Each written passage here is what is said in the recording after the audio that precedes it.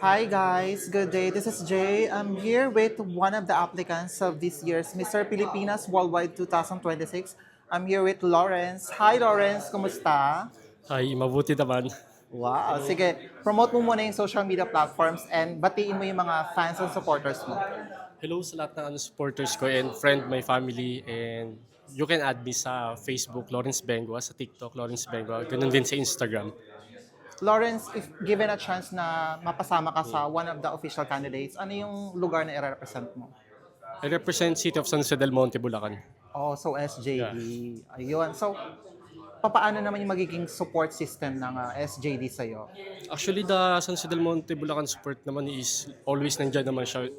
Ah, Way back nung lumabas sa Mr. Gun is hindi naman ako nabigo na ako ng support sa kanila. I know this time supportahan pa rin nila ako. Siyempre, magtatanong yung mga fans and supporters mo, bakit ka sumali dito sa Mr. Yeah. Pilipinas Worldwide? Yes, sumalo dito sa Pilipinas Worldwide is, syempre first is to win and of course syempre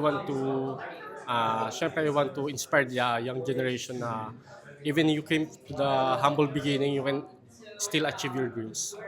Yes. How old are you? I'm 24, turning 25 this June. Wow! Advance happy birthday, Lawrence. Well, anyway, Lawrence, ano yung mga pinaghandaan mo dito sa Mr. Pilipinas Worldwide? Pinaghandaan syempre first of all yung ano no, yung mentally syempre dapat stay yung stability ng mentality natin. Then next syempre yung physical syempre yung gym, diet. So yun. And syempre hindi sa mga susunod pang araw is makikita nyo naman kung ano yung winner card natin these last few months. Yun lang. How do you often go to gym? Sometimes 4 times a week, 5 times a week. Talagang puspusan Yeah, ang, puspusan talaga. ang training. Yeah. How about for your Q&A? Sino nagtuturo Yeah, sa'yo? actually Q&A meron na akong former teacher na yun na medyo alam mo na magtuturo sa akin ng Q&A and syempre yung support naman ng mga previous teacher ko is nandun naman na nag-o-offer sila sa akin for Q&A mentor. So, obviously, of course, we're here now at the final callback ng Mr. Pilipinas Worldwide. How do you feel right now? Feel nervous syempre. Is that a mixed emotions ba? Yeah, mixed emotion syempre masaya at the same time is yun nga medyo kinakabahan nga kasi nakita nyo naman yung mga candidate is medyo malakas talaga. What do you think is your edge among the other applicants? Aside from being a first-timer na Yeah. mag-join sa Mr. Pilipinas Worldwide. May age siguro is one of my age is I have discipline and consistency. And syempre I have experience na rin to my previous pageant, Mr. Grand Philippines first runner.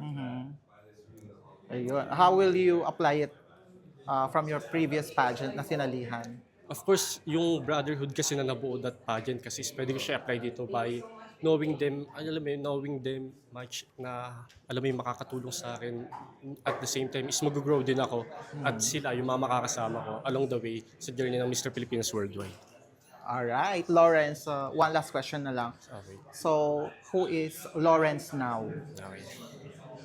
Okay, Lawrence Benguan now is more disciplined, better man, and of course a grown man. A grown man. Wow. Alright, thank you so much, Lawrence, and Okay, best of thanks so luck sa much. journey mo dito sa Mr. Pilipinas Thank you. Worldwide. Thank you so much.